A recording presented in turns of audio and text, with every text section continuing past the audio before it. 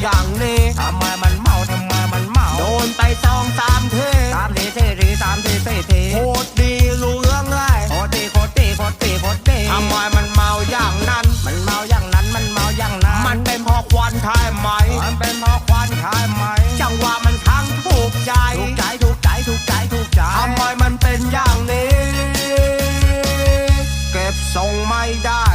ยังไงอะเดินเซเดินหน้าเดินหลังเดินขวาเดินซ้ายไม่ได้อะเดี๋ยวเพื่อนมันพายแล้วเอาไปลงกลุ่มไลน์เดี๋ยวอายอะจะโดนหาว่าคออ่อนแล้วรอกันตายต้องขายแต่เสียดายงานตังสเตย์ก็ทำใจต้องนั่งนิ่งๆเก็บทรงดีๆอย่าให้